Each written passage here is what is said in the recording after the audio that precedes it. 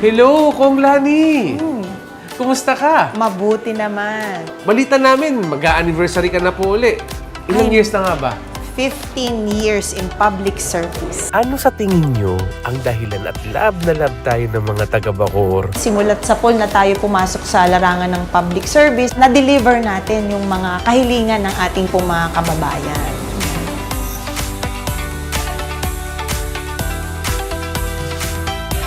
2010, nagkaroon ng bagong distrito, ang Cavite, yung first district na divide. And there was a need na magkaroon kami ng representative dito po sa Bacoor. Munisipyo pa lang kami noon. So we want to make Bacoor a city. And it happened. 8 taon namin consistently na-receive yung seal of good local governance. Napakita natin yung development. I hope my constituents have been happy sa performance natin. Binuhay natin noon yung Rescue 161. Napakita natin talaga yung delivery of services natin on the health sector sa mga panahon na yon ng COVID.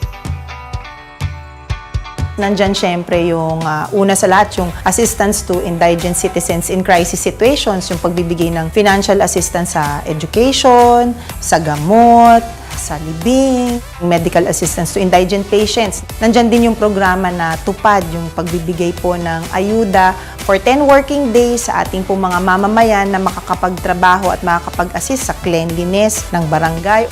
Talagang nagkaroon ng marka sa akin yung pagbibigay po natin ng mga pabahay. Nandito po tayo ngayon sa Siyudad Kaunlaran, isang housing project ng National Housing Authority na tinulungan po natin sila para ma-purchase ang property na ito at matayuan po ng pabahay. Meron po kaming out-city projects, yung Rancho Verde. Meron din po yung Ciudad District. Iba-iba pong mga pabahay po ito na bigay po natin sa mga informal settler families. Ngayon po yung ating Housing and Resettlement Department ng Lungsod ng Bacoor. Yung mga nagkaroon po ng mga maliliit nilang tindahan along this area, sila po ay matutulungan natin through AKAP, yung ayuda po para sa kapos ang puhunan o kita. Ako po'y lubusang natutuwa kasi you're transforming lives. Nagbabago yung outlook sa buhay ng mga nakatira dito. Iba na yung mga pangarap nila. Nandiyan na yung pabahay, so iba na yung dreams na susunod. Ang public service talaga is giving hope,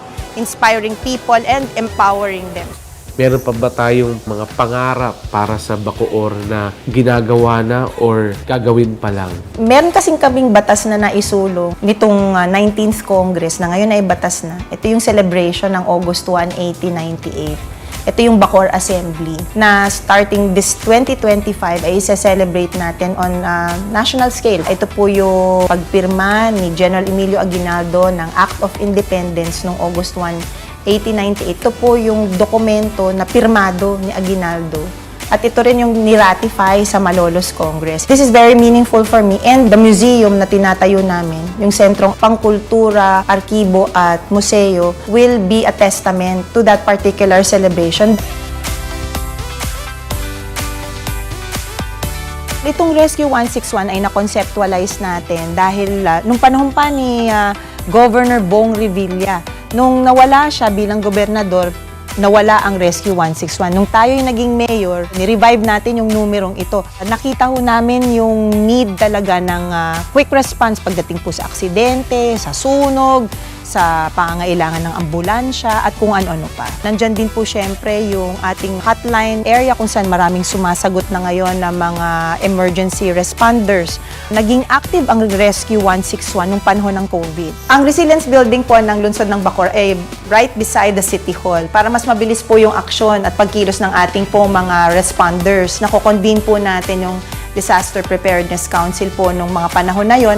Kilala rin po bang resilient ang mga taga-Bacoor? Alam mo, ang mga Bacooreño, resilient talaga yan. Pag nandito na yung aming mga tulong, makikita mo, behind the sadness is a smile. How do you define ang salitang alaga? Pag nag-aalaga ka ng isang tao, hindi mo lang binibigay yung kung ano yung kailangan niya. You look beyond the need. You look beyond the want. You go beyond just giving what is needed, binibigay mo yung solusyon. We build schools. Gumawa tayo ng mga batas na nakakatulong sa mga estudyante, sa mga guro. Importante yung kalusugan. Kaya tumulong tayo para ma-establish yung ating first government hospital dito sa lungsod ng Bacoor and mga health centers, mga mega health centers. We go beyond health. Nandiyan naman yung pag-aruga rin sa ating mga sumasakabilang buhay. Hindi lang habang buhay ang isang tao ang pag-alaga. From birth to death. Yun po ang ating masasabi nating specific service na nabigay po natin through Alagang Atelani and now Alagang Revilla. Nandito ho tayo sa Southern Tagalog Regional Hospital. At kasama ko dito si Dr. Ruby Efraim Rubiano. Siya ang administrator ng ospital na ito. Pangarap natin dito ay ma-meet po yung Republic Act ng naisinibatas ninyo. Ano po? Na tayo po ay maging isang level 3, ganap na level 3 na merong 100 beds. Meron na po tayong dialysis, meron na po tayong CT scan, MRI, at may training po. Nandiyan po yung ating makasamang espesyalista. Ano na ang bago sa STRH ngayon? Directory ng ating mga espesyalista sa ngayon. Yan po ay nasa kulang-kulang 100 na po. Wow, 100 doctors. Almost po. Opo, na dating One doctor per day. 1 doctor per day at siya yun. Pakilala ko po sa inyo si Mami Honey. Siya po ay dinadialysis na for 13 years. At kasama ko naman po si Mami Cora naman. Initially, siya namang, yung asawa niya ang una kong tinutulungan na dinadialysis. Although ngayon, sumakabilang buhay na si Daddy. So si Mami naman ngayon ang tinutulungan namin sa kanyang ailment. Ayan. Inaalam niya po yung mga kailangan ng tao, kung anong dapat gawin. O, iniisip niya kung ano mas magandang tulong, anong mas magandang alaga. Kaya tinayo niya po yung Alagang Atelani. Malaking bagay po. Mula po nung makalapit kami, hanggang sa yung mawala na po siya, nakalapit pa rin po ako. Lahat kami nasa dialysis, napakaswerte dahil nagkaroon kami ng congressman na nagbigay ng proyekto ng Alagang Atelani.